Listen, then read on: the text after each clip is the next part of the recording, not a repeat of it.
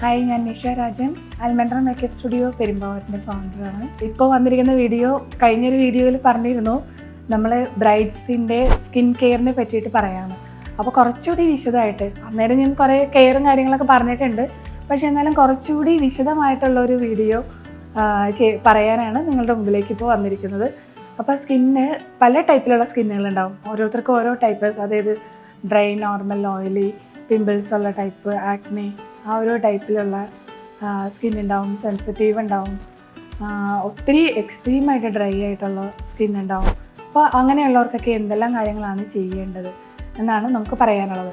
അപ്പോൾ extreme dry ആയിട്ടുള്ളവർക്കും dry skin ഉള്ളവർക്കും നമുക്കിപ്പോൾ ഹൈഡ്ര ഫേഷ്യൽ പോലെയുള്ള ഫേഷ്യൽസ് അതൊരു 3 months മുമ്പ് മുതൽ നമ്മൾ ചെയ്യാൻ തുടങ്ങണം, എങ്കിലാണ് അതിൻ്റെ റിസൾട്ട് എക്സാക്റ്റ് കിട്ടുള്ളൂ.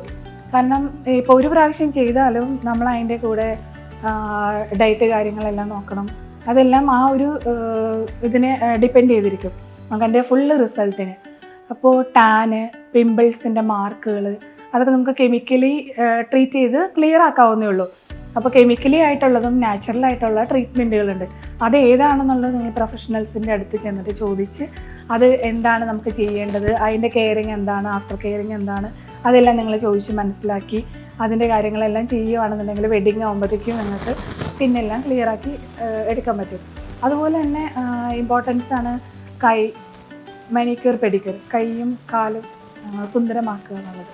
അതും ഒരു 3 മാസം മുമ്പ് മുതൽ നമുക്ക് മാനിക്യൂർ, പെഡിക്യൂർ ചെയ്യുക. അതിന് മോയ്സ്ചറിങ്, ഇതിനെല്ലാത്തിനും നമ്മൾ പ്രൊഫഷണൽസിൻ്റെ അടുത്ത് ചോദിക്കുമ്പോൾ അവർ ആഫ്റ്റർ കെയറിങ് നൈറ്റിൽ എന്തെല്ലാം ചെയ്യണം, കാലിനും കൈക്കും, അതെല്ലാം കൃത്യമായിട്ട് പറഞ്ഞിരുന്നു. നമ്മൾ തന്നെ ഒരു വീഡിയോ ചെയ്തിട്ടുണ്ട് മാനിക്യൂർ, പെഡിക്യൂറിൻ്റെ വിശദമായിട്ട്. അതിനകത്ത് നോക്കുമ്പോൾ നിങ്ങൾക്ക് കാണാൻ പറ്റും അതെങ്ങനെ കെയർ ചെയ്യാമെന്നുള്ളത്. അത് എല്ലാവരും കണ്ടിട്ട് അതുപോലെ തന്നെ ഒന്ന് ഫോളോ ചെയ്യാൻ നോക്കുക.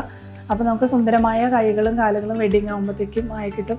അതുപോലെ ഈ ടാനുകൾ ക്ലിയർ ചെയ്യാൻ നേരത്തും നാച്ചുറലി ക്ലിയർ ചെയ്യുന്നതുണ്ട്. അപ്പോൾ ഓരോ സ്കിന്നിന് പ്രശ്നങ്ങളുണ്ട്, പിമ്പിൾസിൻ്റെ പ്രശ്നങ്ങളുണ്ട്, അല്ലെങ്കിൽ സെൻസിറ്റീവാണ്. അപ്പോൾ അങ്ങനെയുള്ളവർക്ക് കെമിക്കലായിട്ടുള്ളതോ അല്ലെങ്കിൽ ഫേഷ്യൽസും അങ്ങനെയുള്ള കാര്യങ്ങൾ റെഗുലറായിട്ട് ചെയ്യാൻ പറ്റിയെന്ന് വരില്ല. അപ്പോൾ അവർക്ക് നാച്ചുറലി ക്ലിയർ ചെയ്യാൻ പറ്റുക, അതിനെ പറ്റിയിട്ട് അവരെല്ലാം കൃത്യമായിട്ട് പറഞ്ഞു തരും. അപ്പോൾ അത് ഫോളോ ചെയ്ത് നിങ്ങൾ കൊണ്ടുപോയി നടന്നു കഴിഞ്ഞാൽ ഒരു 3 മാസം കൊണ്ട് നിങ്ങൾക്ക് ഈ പ്രോബ്ലംസ് എല്ലാം സോൾവ് ചെയ്യാവുന്നേ ഉള്ളൂ. പിന്നെ അലർജികളും കാര്യങ്ങളൊക്കെ ഒരു പ്രാവശ്യം ചെയ്യുമ്പോൾ എന്തെങ്കിലും പ്രശ്നം ഉണ്ടെന്നുണ്ടെങ്കിൽ അത് ക്യൂർ ചെയ്യാനുള്ളൊരു ടൈം നമുക്ക് കിട്ടണം. അതുകൊണ്ടാണ് മുന്നേ തന്നെ ലാസ്റ്റ് മൊമെൻറ്റിലേക്ക് വെക്കാതെ ഒരു 3 months മുമ്പ് മുതൽ എല്ലാ കാര്യങ്ങളും ചെയ്യണമെന്ന് പറയുന്നതിൻ്റെ കാര്യം അതാണ്. നമുക്ക് എന്തെങ്കിലും പ്രോബ്ലംസ് ഉണ്ടാവുകയാണെങ്കിൽ തന്നെ അത് ഈ ഒരു ടൈം പീരീഡിൽ ക്ലിയർ ആയിക്കോളും. അപ്പോൾ അതിന് അക്കോർഡിങ് നമുക്ക് ഓരോ ട്രീറ്റ്മെൻറ്റുകൾ ചേഞ്ച് ആക്കാനും പറ്റും. ഇപ്പോൾ മാനിക്യൂർ ചെയ്യുമ്പോൾ അതുപോലെ തന്നെ French manicure, permanent fixing, nail art, അങ്ങനെ എല്ലാവരും ഇപ്പോൾ ചെയ്യുന്നുണ്ട്. ഏറ്റവും നല്ലത് ബ്രൈഡ്സിന് ലൈറ്റ് ഷെയ്ഡിൽ ഉള്ള നെയിൽ ആർട്ട് തന്നെയാണ് ഫ്രഞ്ച് മാനിക്യൂർ. അപ്പോൾ നമുക്കിപ്പോൾ വെഡിങ്ങിൻ്റെ സമയമാകുമ്പോഴത്തേക്കും ഇതെല്ലാം ചേഞ്ച് ചെയ്യാനും ഒന്നിനും നേരം ഉണ്ടാവില്ല. വെഡിങ് കഴിഞ്ഞ് കഴിയുമ്പോൾ ഓരോ തിരക്കുകളായിരിക്കും. അപ്പോൾ പല പല പ്രാവശ്യങ്ങൾ നെയിൽ പോളിഷ് ഇടുക, റിമൂവ് ചെയ്യുക, ഇതെല്ലാം ഭയങ്കര ബുദ്ധിമുട്ടായിട്ടുള്ള കാര്യങ്ങളാണ്. അപ്പോൾ അതിന് വേണ്ടിയിട്ട് മാക്സിമം എല്ലാവർക്കും പെർമനൻറ്റ് നെയിൽ, ജെൽ നെയിൽ പെയിൻ്റൊക്കെ അപ്ലൈ ചെയ്യുകയായിരിക്കും ഏറ്റവും നല്ലത്. സ്പെഷ്യലി ക്രിസ്ത്യൻ ബ്രൈഡ്സ് ഒക്കെ ആകുമ്പോൾ അവർക്ക് ലൈറ്റ് ഷെയ്ഡ്സ്, ന്യൂഡ് ഷെയ്ഡ്സ് ഒക്കെയാണ് കൂടുതൽ താല്പര്യം. അപ്പോൾ അങ്ങനെയുള്ളൊരു പെർമനൻ്റ് ആയിട്ട് അതങ്ങനെ ചെയ്തു വെച്ച് ചേർന്ന് കഴിഞ്ഞാൽ ഒരു 1 monthലേക്ക് പിന്നെ നമുക്ക് നെയിൽ പെയിൻറ്റിൻ്റെ കാര്യമേ നോക്കേണ്ട ആവശ്യമില്ല. അപ്പോൾ എല്ലാവരും പറ്റുന്ന പോലെ നെയിൽ ആർട്ട് ചെയ്യാനായിട്ട് അല്ലെങ്കിൽ പെർമനൻറ്റ് ഫിക്സിങ്ങോ അങ്ങനെ എന്തെങ്കിലും ചെയ്യാനായിട്ട് ശ്രദ്ധിക്കുക. നമുക്ക് ടൈമെല്ലാം സേവ് ചെയ്യാം. ഇതിപ്പോൾ ഇത്രയെല്ലാം സ്കിന്നിൻ്റെ കെയറിനെ പറ്റി പറഞ്ഞെങ്കിലും ഇത് നമ്മൾ പുറത്തുനിന്ന് വെളിയിൽ ഔട്ട്സൈഡിൽ നിന്ന് നമ്മൾ ചെയ്യുന്ന കാര്യങ്ങളാണ് ഇപ്പോൾ ഈ പറഞ്ഞത്. ഫേഷ്യലും ടാൻ ക്ലിയറും അല്ലെങ്കിൽ അങ്ങനെയുള്ള കാര്യങ്ങളൊക്കെ കെയർ ചെയ്യാൻ പറയുന്നത്.